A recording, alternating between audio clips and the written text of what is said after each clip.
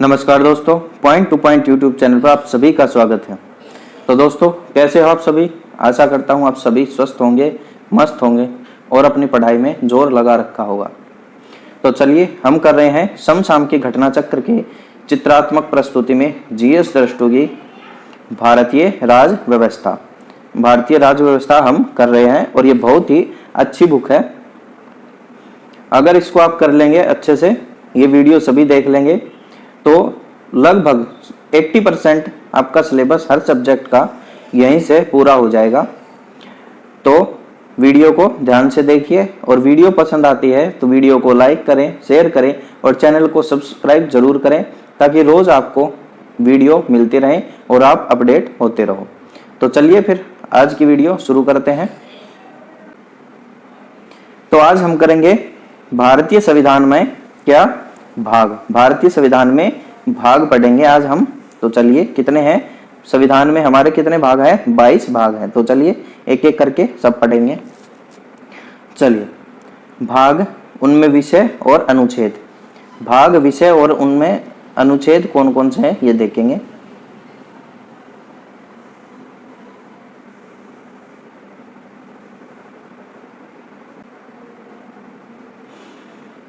भाग एक में क्या है? संघ और उसका राज्य क्षेत्र। भाग एक में है संघ और उसका राज्य क्षेत्र और अनुच्छेद है 1 से 4।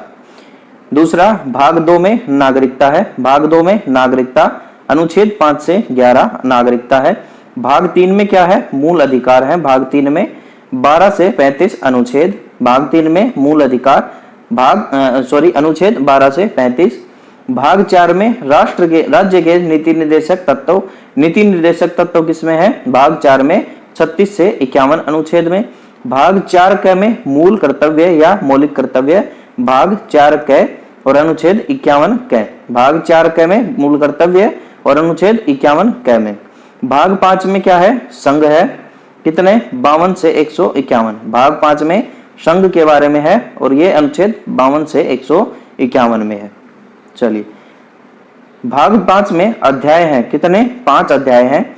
अध्याय 1 में है कार्यपालिका। अध्याय 1 में है कार्यपालिका जो है 52 से 78। 52 से 78 तक है कार्यपालिका अध्याय 1 में। अध्याय 2 में है संसद। अध्याय 2 में है संसद 79 से 122। अध्याय 2 में है संसद। अध्याय 2 भाग 5 में संसद 79 से 112। अध्याय 3 में है राष्ट्रपति के विधायी अधिकार। राष्ट्रपति के विधायी अधिकार है अध्याय 3 में और अनुच्छेद है 123। अनुच्छेद है 123। जो राष्ट्रपति अध्यादेश लागू करता है वो है अनुच्छेद 123 में, अध्याय 3 में, भाग 5 में। अध्याय 4 में है संघीय न्यायपालिका। अध्याय 4 में है संघीय न्यायपालिका 124 से 147। 124 से 147 जो हमारे सुप्रीम कोर्ट है उनके बारे में है। अध्याय 5 में है भारत के नियंत्रक एवं महालेखा। नियंत्रक एवं महालेखा जो कैग हम बोलते हैं, कंट्रोलर एंड ऑडिटर जनरल, वो है अध्याय 5 में 148 से 151 में। चलिए फिर देखते हैं भाग 6। भाग 6 में क्या है? राज्य है। भाग 5 में क्या था? संघ था। भाग 6 में है राज्य 152 से 237। और राज्य में अध्याय कौन कौन से हैं? भाग 6 के अध्याय सामान्य अध्याय, अध्याय 1 में सामान्य 152 से 237। अध्याय 2 कार्यपालिका 153 से 167। अध्याय 2 में कार्यपालिका 153 से 167 और अध्याय 3 में राज्य विधानमंडल 168 से 212। राज्य विधानमंडल है 168 से 212। जो हमारी विधानसभा, विधान परिषद जो होती हैं वो है अध्याय 3 168 से 212। अध्याय 4 में है राज्यपाल के विधायी अधिकार। जो राज्यपाल के विधायी अधिकार है वो है अनुच्छेद 213 में, अनुच्छेद 213 भाग 6। अध्याय 5 में राज्यों के उच्च न्यायालय। राज्यों के उच्च न्यायालय 214 से 231 अनुच्छेद में। राज्यों के उच्च न्यायालय 214 से 231 अनुच्छेद में। और अध्याय 6 में है अधीनस्थ न्यायालय। अधीनस्थ न्यायालय 233 से 237। अधीनस्थ न्यायालय है 233 से 237। इनको भी ध्यान से सुनिए, इनको ध्यान रखिएगा, इनको भी, इनमें से ही क्वेश्चन फंस जाएगा एक आध तो। चलिए, भाग 7 को में अनुच्छेद 238 में था भाग 7, उसको निरस्त कर दिया गया है। प्रथम अनुसूची के भाग ख में राज्य निरसित, तो ये जो है भाग 7 इसको निरस्त कर दिया गया है। भाग 8 संघ राज्य क्षेत्र, भाग 8 में है संघ राज्य क्षेत्र 239 से 241। भाग 9 में है पंचायतें 243 से 243 नए तक। भाग 9 में है पंचायतें 243 से 243 नए तक, ध्यान रखिएगा बहुत इंपॉर्टेंट है। पंचायतें हैं भाग 9 में। भाग 9 क में है नगर पालिकाएं, भाग 9 क में नगर पालिकाएं 243 तय से 243 ये 6 तक, 243 तय से 243 ये 6 तक। भाग 9 ख में है सहकारी समितियां, भाग 9 ख में है सहकारी समितियां 243 ये जैसे लेकर 243 ये न तक। चलिए, भाग 10 में क्या है अनुसूचित और जनजाति क्षेत्र। भाग 10 में है अनुसूचित और जनजाति क्षेत्र 244 से 244 क तक। भाग 10 है 244 से 244 क तक अनुसूचित और जनजाति क्षेत्र। भाग 11 में क्या है संघ और राज्यों के बीच संबंध है। भाग 11 में संघ और राज्यों के बीच संबंध किसमें है, भाग 11 में 245 से 263। अध्याय 1 है भाग 11 का अध्याय 1 विधायी संबंध है 245 से 255 विधायी संबंध। भाग 11 है भाग 11 का अध्याय 2 प्रशासनिक संबंध है 256 से 263। अध्याय 2 प्रशासनिक संबंध 256 से 263 में। चलिए, भाग 12 में क्या है वित्त संपत्ति संविदाएं और वाद। वित्त संपत्ति संविदाएं और वाद ये किसमें है, भाग 12 में अनुच्छेद 264 से 300। भाग 12 के भी अध्याय हैं। अध्याय 1 में है वित्त, अध्याय 1 में है वित्त 264 से 291 अनुच्छेद। अध्याय 1 वित्त 264 से 291। अध्याय 2 उधार है, अध्याय 2 उधार 292 से 293। अध्याय 2 है उधार 292 से 293। अध्याय 3 है संपत्ति संविदाएं अधिकार देयताएं बाध्यताएं और वाद। तो अध्याय 3 भाग 12 के अध्याय 3 में संपत्ति संविदाएं अधिकार देयताएं बाध्यताएं और वाद 294 से 300 अनुच्छेद। भाग 4 संपत्ति का अधिकार 300 क में। संपत्ति का अधिकार जो पहले मौलिक अधिकार हुआ करता था उसको हटाकर यहां पर डाल दिया गया 300 क, अनुच्छेद 300 क भाग 12 में। तो अगर पूछे कि जो संपत्ति का अधिकार था उसे मौलिक अधिकारों से हटाकर कौन से भाग में डाला गया है, तो भाग 12 के अनुच्छेद 300 क में डाल दिया गया है। भाग 13 राज्य के राज्य क्षेत्र के भीतर व्यापार वाणिज्य और समागम।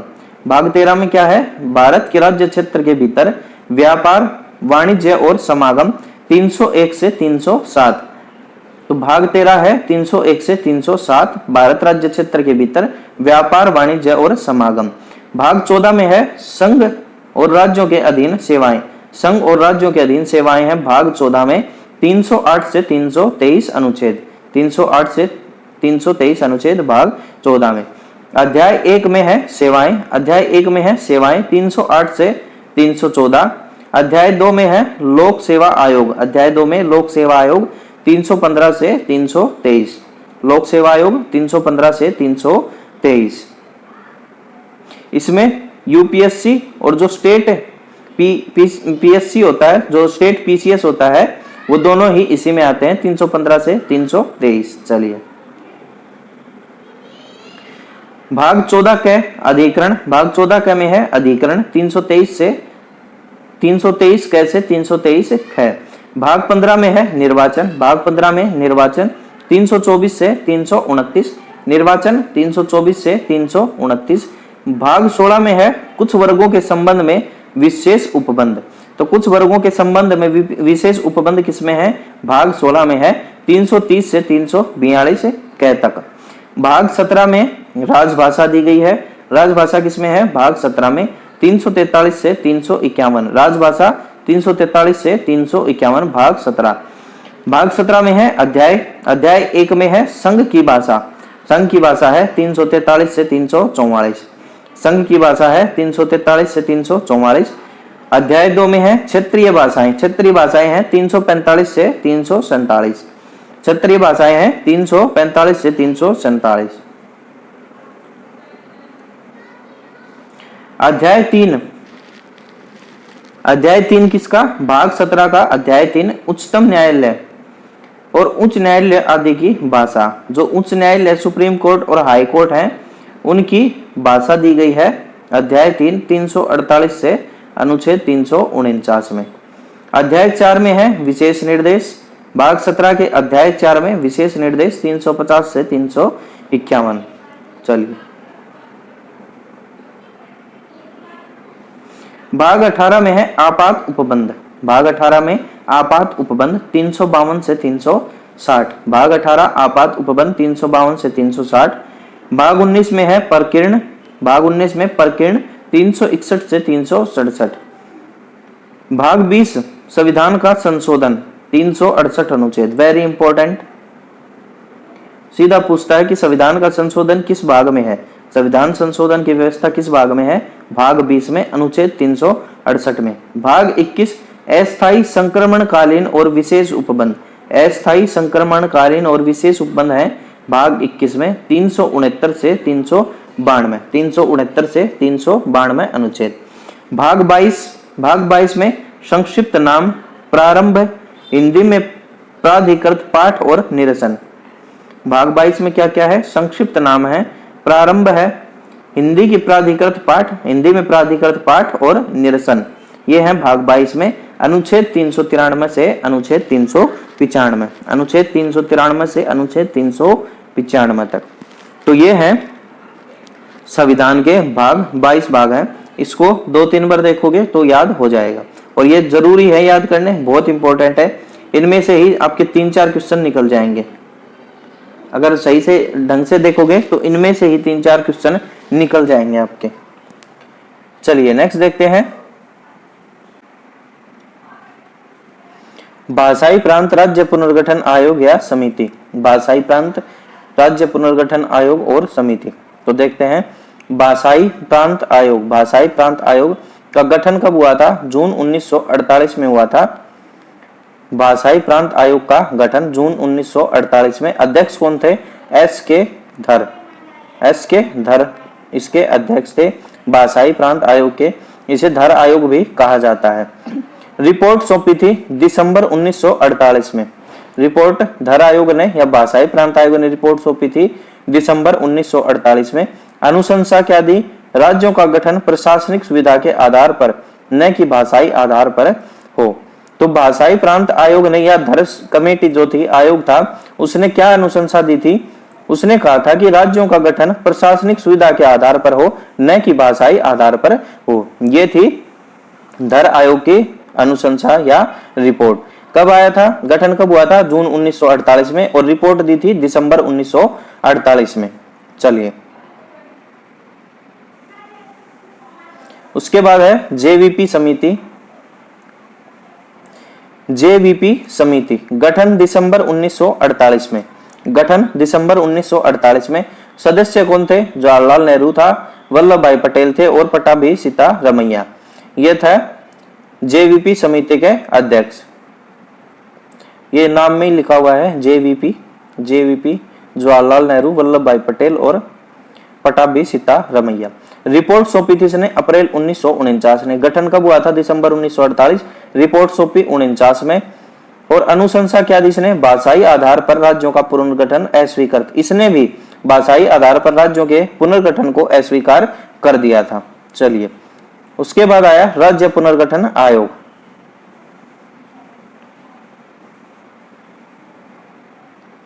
राज्य पुनर्गठन आयोग गठन कब हुआ? वर्ष 1953 में। वर्ष 1953 में राज्य पुनर्गठन आयोग का अध्यक्ष हुआ। अध्यक्ष कौन था? फजल अली था। फजल अली अध्यक्ष था राज्य पुनर्गठन आयोग का। इसे फजल अली आयोग भी कहते हैं, ध्यान रखिएगा, फजल अली आयोग या राज्य पुनर्गठन आयोग। और इसके अन्य सदस्य कौन थे? के एम पणिकर एवं एच एन कुंजरू। के एम पणिकर और एच एन कुंजरू राज्य पुनर्गठन आयोग के अन्य सदस्य थे। रिपोर्ट कब सौंपी थी? 1955 में सौंपी थी फैजल अली आयोग ने रिपोर्ट, या राज्य पुनर्गठन आयोग ने। गठन कब हुआ था? 1953 में। रिपोर्ट सौंपी वर्ष 1955 में। इसकी अनुशंसा थी भाषाई आधार पर राज्यों के पुनर्गठन की अनुशंसा। तो भाषाई आधार पर राज्यों के पुनर्गठन की व्यवस्था किसने की थी या किसने उसका समर्थन किया था? तो वो किया था फजल अली आयोग या राज्य पुनर्गठन आयोग ने भाषाई आधार पर राज्यों के पुनर्गठन की अनुशंसा दी थी। इससे पहले आए थे जो भाषाई प्रांत आयोग या धर समिति जो आए थे, एसके धर समिति तथा जेवीपी समिति, इन दोनों ने भाषाई आधार पर राज्यों के पुनर्गठन को अस्वीकार कर दिया था। ये राज्य पुनर्गठन आयोग या फजल अली आयोग ने ही भाषाई आधार पर राज्य के पुनर्गठन को स्वीकार किया था। चलिए तब देखते हैं आंध्र प्रदेश। आंध्र प्रदेश राज्य का गठन। आंध्र प्रदेश राज्य का गठन, तत्कालीन गठन पोट्टी श्री रामुल्लू की 56 दिनों की भूख हड़ताल के बाद मौत हो गई थी। तो ये जो पोट्टी श्री रामुल्लू थे, ये आंध्र प्रदेश को भाषाई आधार पर गठन करने के लिए ये भूख हड़ताल पर बैठे थे और 56 दिन के बाद इनकी मृत्यु हो गई थी। इसके बाद ये जो आंदोलन था इसने हिंसक रूप ले लिया था, ये बहुत ही भयंकर फैला था। उसके बाद गठन 1 अक्टूबर 1953 को, तो 1 अक्टूबर 1953 को आंध्र प्रदेश का भाषाई आधार पर गठन कर दिया गया था। और इसकी विशेषता क्या थी? भाषा के आधार पर गठित देश का पहला राज्य। तो भाषाई आधार पर गठित होने वाला, भाषाई आधार पर बनने वाला भारत का पहला राज्य कौन सा था? ये था आंध्र प्रदेश। कब बना था? 1 अक्टूबर 1953 को। और आयोग कौन सा था? ये था फजल अली आयोग या राज्य पुनर्गठन आयोग। और जो इसके लिए हड़ताल पर बैठे थे उनका नाम क्या था? Potty Shri Ramulu, potty Shri Ramulu. और विभाजन 2 जून 2014 को तेलंगाना अलग हुआ और आंध्र प्रदेश से विभाजित होकर 2 जून 2014 को तेलंगाना अलग हो गया। 2 जून 2014 को तेलंगाना भी आंध्र प्रदेश से अलग हो गया। चलिए ध्यान रखिएगा, जो नवीनतम राज्य है कौन सा है? तेलंगाना है। 2 जून 2014 को बना। भारत में कितने राज्य हैं? 28 राज्य हैं तथा 8 यूटी हैं। विभिन्न राज्यों के गठन की तिथि, जो राज्यों के गठन की तिथि थी वो देख लेते हैं। आंध्र प्रदेश बना 1 अक्टूबर 1953 को। आंध्र प्रदेश बना 1 अक्टूबर 1953 को बना आंध्र प्रदेश। गुजरात 1 मई 1960 को, गुजरात बना 1 मई 1960 को। नागालैंड 1 दिसंबर 1963 को, नागालैंड बना 1 दिसंबर 1963 को। सिक्किम बना 16 मई 1975, सिक्किम बना 16 मई 1975। मिजोरम 20 फरवरी 1987, मिजोरम बना 20 फरवरी 1987 को। अरुणाचल प्रदेश 20 फरवरी 1987, मिजोरम और अरुणाचल प्रदेश दोनों 20 फरवरी 1987 को बने। चलिए हरियाणा 1 नवंबर 1966 को हरियाणा बना। गोवा 30 मई 1987 को गोवा बना। हिमाचल प्रदेश 25 जनवरी 1971, 25 जनवरी 1971 हिमाचल प्रदेश। छत्तीसगढ़ 1 नवंबर 2000 में बना छत्तीसगढ़। मेघालय 21 जनवरी 1972, 21 जनवरी 1972 मेघालय बना। मणिपुर 21 जनवरी 1972 को ही मणिपुर बना तथा 21 जनवरी 1972 को ही त्रिपुरा बना। तो मेघालय, मणिपुर और त्रिपुरा, मेघालय, मणिपुर, त्रिपुरा, मेघालय, मणिपुर, त्रिपुरा 21 जनवरी 1972। चलिए तेलंगाना 2 जून 2014 को तेलंगाना बना। और छत्तीसगढ़, झारखंड और उत्तराखंड ये तीनों ही एक ही साल में बने थे, 2000 में। छत्तीसगढ़ बना 1 नवंबर 2000 में, उत्तराखंड बना 9 नवंबर 2000 में और झारखंड बना 15 नवंबर 2000 में। चलिए एक बार जल्दी से इनका रिवीजन देख लेते हैं। आंध्र प्रदेश 1 अक्टूबर 1953, गुजरात 1 मई 1960, नागालैंड 1 दिसंबर 1963, हरियाणा 1 नवंबर 1966, हिमाचल प्रदेश 25 जनवरी 1971, मेघालय 21 जनवरी 1972, मणिपुर 21 जनवरी 1972, त्रिपुरा भी 21 जनवरी 1972। तो मेघालय, मणिपुर और त्रिपुरा ये बने 21 जनवरी 1972 को। सिक्किम 16 मई 1975 को बना। मिजोरम बना 20 फरवरी 1987 को। अरुणाचल प्रदेश बना 20 फरवरी 1987। मिजोरम और अरुणाचल प्रदेश 20 फरवरी 1987। गोवा बना 30 मई 1987 को। गोवा बना 30 मई 1987 को। छत्तीसगढ़, उत्तराखंड, झारखंड ये बने 2000 में। छत्तीसगढ़ बना 1 नवंबर 2000 को। उत्तराखंड बना 9 नवंबर 2000 को और झारखंड बना 15 नवंबर 2000 को। तेलंगाना बना 2 जून 2014 को बना तेलंगाना।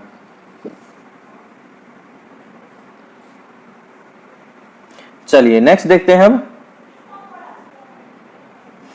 अब देखते हैं नागरिकता। नागरिकता का उल्लेख संविधान के भाग 2 में।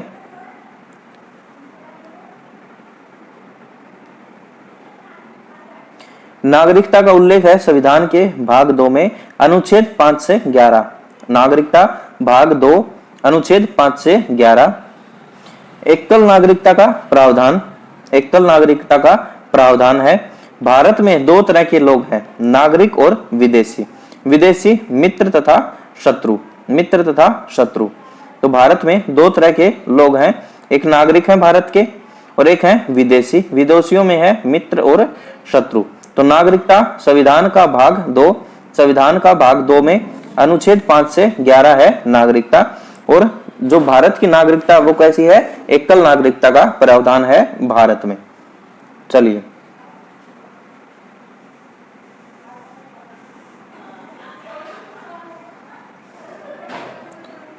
पाकिस्तान से भारत को प्रव्रजन करने वाले कुछ व्यक्तियों की नागरिकता के अधिकार के बारे में उपबंध है। कुछ व्यक्तियों की नागरिकता के बारे में जो उपबंध है वो है अनुच्छेद 6 के तहत।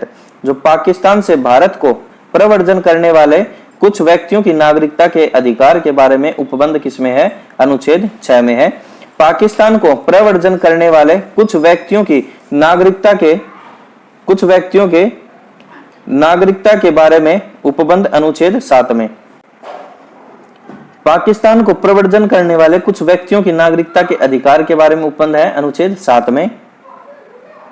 भारत के बाहर रहने वाले भारतीय उद्भव के कुछ व्यक्तियों के नागरिकता के बारे में उपबंध अनुच्छेद 8 में है।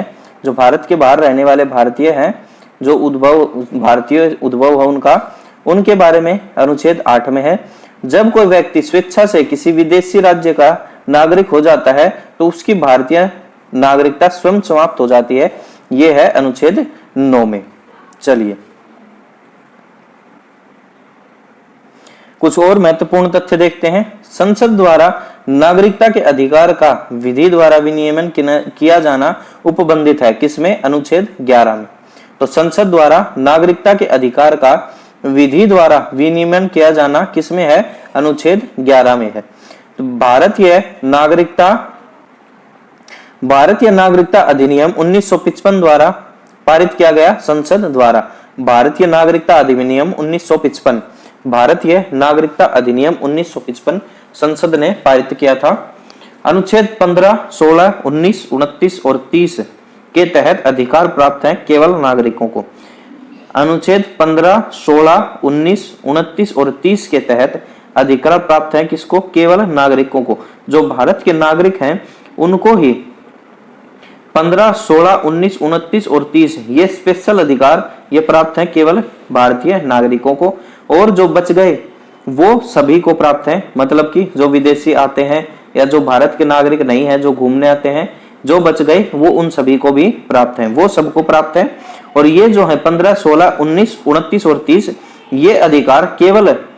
ये अधिकार और जो बाकी बच गए मौलिक अधिकार वो ये सभी केवल भारतीय नागरिकों को प्राप्त हैं। और जो इनमें से बच गए, इनके अलावा जो मौलिक अधिकार हैं वो सिर्फ उनको प्राप्त हैं जो विदेशी हैं, जब घूमने फिरने आते हैं, जो बाहर के हैं, जिनके पास भारत की नागरिकता नहीं है उनके पास है वो अधिकार। दोहरी नागरिकता, राज्यों के लिए पृथक नागरिकता व्यवस्था को अपनाया गया। तो जो दोहरी नागरिकता है, एक तो हो गई देश की नागरिकता और एक हो गई राज्य की नागरिकता, तो इसे कहते हैं दोहरी नागरिकता। इस व्यवस्था को किसने अपनाया है? अमेरिका और स्विट्जरलैंड ने। अमेरिका और स्विट्जरलैंड ने अपनाया है दोहरी नागरिकता को। एक तो नेशनलिटी हो गई कि देश की नागरिकता और एक हो गई राज्य की नागरिकता, तो ये होती है दोहरी नागरिकता। चलिए अब देखते हैं नागरिकों के साथ विदेशियों को भी प्राप्त मूल अधिकार। तो वो मूल अधिकार जो नागरिकों को तो प्राप्त है ही, साथ में विदेशियों को भी प्राप्त है। तो कौन कौन से हैं? अनुच्छेद 14, अनुच्छेद 20, अनुच्छेद 21 के, अनुच्छेद 22, अनुच्छेद 23, अनुच्छेद 24, अनुच्छेद 25, अनुच्छेद 26, अनुच्छेद 27, अनुच्छेद 28 और अनुच्छेद 32। ये है जो विदेशी भारतीय और विदेशी नागरिकों को दोनों को प्राप्त है। तो कौन कौन से हैं ये सारे याद रखने जरूरी नहीं है, वो याद रख लो जो नहीं प्राप्त हैं। तो वो कौन कौन से हैं? 15, 16, 19, 29 और 30। 15, 16, 19, 29, 30। 15, 16, 19, 29, 30 ये अधिकार केवल भारतीय नागरिकों को प्राप्त है, ये विदेशी नागरिकों को प्राप्त अधिकार नहीं है। तो ये तो अपने आप ही फिर हो गए। तो सिर्फ वो याद कर लो जो नहीं है, 15, 16, 19, 29 और 30। चलिए अब देखते हैं मूल अधिकार। मूल अधिकार देखते हैं एक नजर में। चलिए एक नजर में क्यों, दो नजर में देख लो।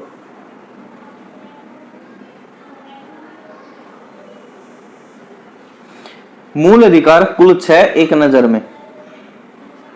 मूल अधिकार अनुच्छेद समता का अधिकार 14 से 18। वैसे मूल अधिकार हैं 12 से 35, मौलिक अधिकार 12 से 35 हैं और ये शुरू है 14 से 18। जो 12 और 13 है वो छोड़ देते हैं, वो याद नहीं करते, वो इतने ज्यादा इंपॉर्टेंट नहीं होते। तो चलिए देखते हैं। समता का अधिकार अनुच्छेद 14 से 18, स्वतंत्रता का अधिकार 19 से 22, स्वतंत्रता का अधिकार 19 से 22, शोषण के विरुद्ध अधिकार अनुच्छेद 23 से 24, धार्मिक स्वतंत्रता का अधिकार 25 से 28, धार्मिक स्वतंत्रता का अधिकार 25 से 28, संस्कृति और शिक्षा संबंधी अधिकार 29 से 33 और संवैधानिक उपचारों का अधिकार है अनुच्छेद 32। ट्रिक तो होती है इनकी, ट्रिक भी होती है, सब कुछ है, पर ट्रिक ज्यादा इफेक्टिव नहीं होती। ट्रिक कितनी ट्रिक याद करोगे, ट्रिक याद करोगे फिर उन ट्रिकों को याद करने के लिए फिर ट्रिक याद करोगे, तो इससे अच्छा है कि सीधे तरीके से याद कर लो, ज्यादा लंबे समय तक याद रहेंगे और सही से याद रहेंगे, ना कंफ्यूज होगे ना बात। तो समता का अधिकार 14 से 18 अनुच्छेद, स्वतंत्रता का अधिकार 19 से 22 अनुच्छेद और शोषण के विरुद्ध अधिकार 23 से 24 अनुच्छेद, धार्मिक स्वतंत्रता का अधिकार 25 से 28 अनुच्छेद और संस्कृति और शिक्षा संबंधी अधिकार 29 से 30 और संवैधानिक उपचारों का अधिकार अनुच्छेद 32। तो ये है मूल अधिकार 6। तो चलिए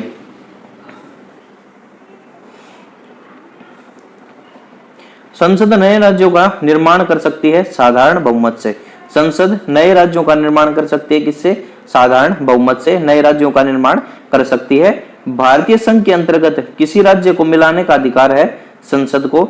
अगर भारतीय संघ में किसी राज्य को मिलाना है, किसी क्षेत्र को मिलाना है, तो इसका अधिकार किसको है? संसद को है। लोकसभा में संघ राज्य क्षेत्र के लिए आरक्षित सीटों की संख्या है 20। लोकसभा में संघ राज्य क्षेत्र के लिए आरक्षित सीटों की संख्या कितनी है? 20 सीटें आरक्षित है। राज्य पुनर्गठन आयोग की सिफारिश पर 1 नवंबर 1956 को बनाए गए राज्य एवं संघ राज्य क्षेत्रों की संख्या थी कितनी? 14 राज्य और 6 संघ राज्य क्षेत्र थे। 14 राज्य तथा 6 संघ राज्य क्षेत्र थे। राज्य पुनर्गठन आयोग की सिफारिश पर 1 नवंबर 1956 को जो राज्यों का गठन हुआ था, उस समय राज्य कितने थे? तो 14 राज्य थे और 6 यूटी थे, संघ राज्य क्षेत्र थे। चलिए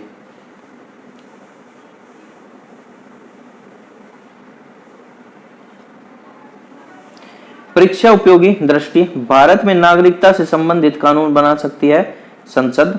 नागरिकता से संबंधित कानून संसद बनाएगी। भारतीय संविधान में नागरिकता का उल्लेख किया गया है भाग 2 के अनुच्छेद 5 से 11 में। भारतीय संविधान नागरिकता का प्रदान करता है एकल नागरिकता। भारतीय संविधान में भारतीय नागरिकता कैसी है? एकल नागरिकता। अमेरिका में नागरिकता है दोहरी नागरिकता है, अमेरिका और स्विट्जरलैंड में। भारतीय नागरिकता अधिनियम 1955 के अनुसार पंजीकरण द्वारा भारतीय नागरिकता प्राप्त करने के लिए भारतीय मूल के व्यक्ति को भारत में व्यतीत करने होंगे 5 साल। तो जो भारतीय मूल का व्यक्ति है, भारतीय नागरिकता अधिनियम 1955 के अनुसार पंजीकरण द्वारा जो भारतीय नागरिकता प्राप्त करने के लिए जो भारतीय मूल का व्यक्ति है, जो भारत में जन्मा है या उसके माता पिता भारत के थे लेकिन अब वो बाहर रहता है, तो उसको अगर भारत की नागरिकता लेनी है तो उसे भारत में 5 वर्ष बिताने पड़ेंगे। चलिए,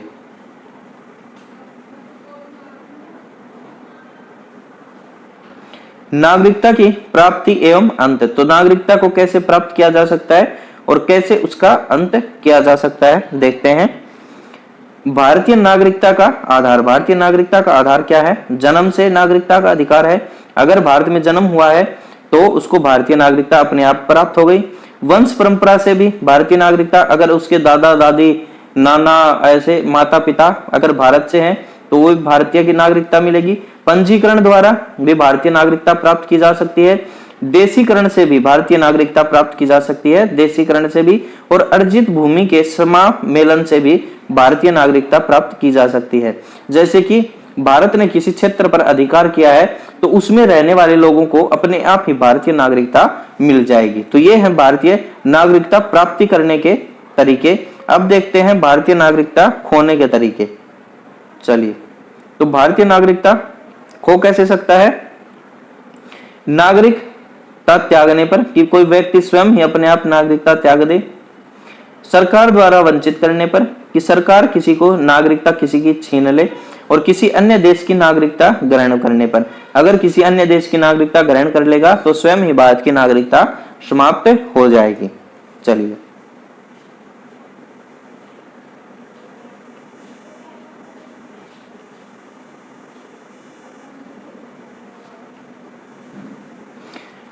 नागरिकता संशोधन अधिनियम 2019। नागरिकता संशोधन अधिनियम 2019 10 जनवरी 2020 से लागू हुआ। तो नागरिकता संशोधन अधिनियम 2019 कब से लागू हुआ? 10 जनवरी 2020 से लागू हुआ। नागरिकता देगा, तो नागरिकता अफगानिस्तान, पाकिस्तान, बांग्लादेश के अल्पसंख्यकों को। तो इस जो संशोधन हुआ है, इस कानून के तहत, इस संशोधन के तहत भारत किन किन को नागरिकता देगा? जो अफगानिस्तान, पाकिस्तान और बांग्लादेश के जो अल्पसंख्यक हैं उनको नागरिकता देगा। और अल्पसंख्यक कौन है इन देशों में? हिंदू है, सिख है, बौद्ध है, जैन है, पारसी है और ईसाई। ये है इनमें अल्पसंख्यक। कौन कौन? हिंदू, सिख, बौद्ध, जैन, पारसी और ईसाई। इन लोगों के लिए नागरिकता संशोधन अधिनियम 2019 लाया गया। 10 जनवरी 2020 से लागू हुआ। और यह नागरिकता किन को देगा? अफगानिस्तान, पाकिस्तान, बांग्लादेश को देश में रह रहे अल्पसंख्यक जो लोग हैं उनको नागरिकता दी जाएगी अधिनियम 2019 के द्वारा। तो मुसलमानों को छोड़कर इन देशों में सभी जो धर्म हैं वो अल्पसंख्यक हैं। मुसलमानों को छोड़कर इन देशों में सभी धर्म अल्पसंख्यक हैं। तो उनके लिए बनाया गया है नागरिकता संशोधन अधिनियम 2019। कब लागू हुआ? 10 जनवरी 2020 से यह लागू हुआ। चलिए, मूल अधिकार। अनुच्छेद 21 के तहत शिक्षा के अधिकार को मौलिक अधिकार बनाया गया है। तो अनुच्छेद 21 के तहत शिक्षा के अधिकार को मौलिक अधिकार बनाया गया है 86वें संविधान संशोधन 2002 के द्वारा। तो 86वां संविधान संशोधन कब आया था? 2002 में आया था। और इसके तहत शिक्षा के अधिकार को मौलिक अधिकार बनाया गया है। और इसे कहाँ रखा गया है? अनुच्छेद 21 में रखा गया है। प्रेस की स्वतंत्रता अंतर्निहित है किसमें? संविधान के अनुच्छेद 19(1) में। तो प्रेस की स्वतंत्रता किसमें है? संविधान के अनुच्छेद 19(1) में है संविधान प्रेस की स्वतंत्रता। मेनका गांधी वाद 1978 संबंधित है। जो मेनका गांधी केस था 1978, मेनका गांधी केस 1978 किससे संबंधित है? अनुच्छेद 21 के अंतर्गत प्रदत्त मूल अधिकारों के विस्तार से।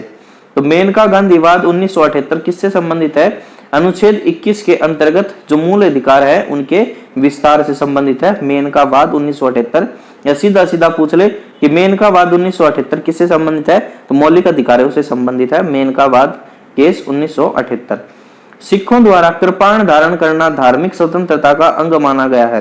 किसमें? अनुच्छेद 25 में। तो धार्मिक स्वतंत्रता का अधिकार किसमें है? अनुच्छेद 25 में है। उसी के तहत जो सिखों को है जो कृपाण जो रखते हैं, जो छोटा सा चाकू या तलवार रखते हैं, वो रखने का अधिकार दिया गया है अनुच्छेद 25 के अंतर्गत। मौलिक अधिकारों के संरक्षक हैं उच्चतम न्यायालय और उच्च न्यायालय। तो मौलिक अधिकारों का संरक्षक कौन है? हाई कोर्ट और सुप्रीम कोर्ट मौलिक अधिकारों के संरक्षक हैं।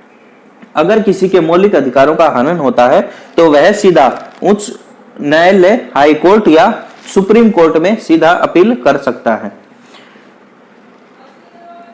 चलिए, तो दोस्तों आज यहीं तक रखेंगे। कल हम पढ़ेंगे मौलिक अधिकार, पूरी डिटेल से पढ़ेंगे। अगर आज पढ़ेंगे तो बहुत लंबी हो जाएगी वीडियो। कल पढ़ेंगे मौलिक अधिकार पूरी डिटेल से, मौलिक अधिकार पढ़ेंगे, मौलिक कर्तव्य पढ़ेंगे। ठीक है, तो चलिए फिर कल मिलेंगे नेक्स्ट वीडियो में। तब तक के लिए स्वस्थ रहिए, मस्त रहिए और पढ़ते रहिए। अपने माता पिता गुरुजनों का सम्मान कीजिए। चलिए, धन्यवाद।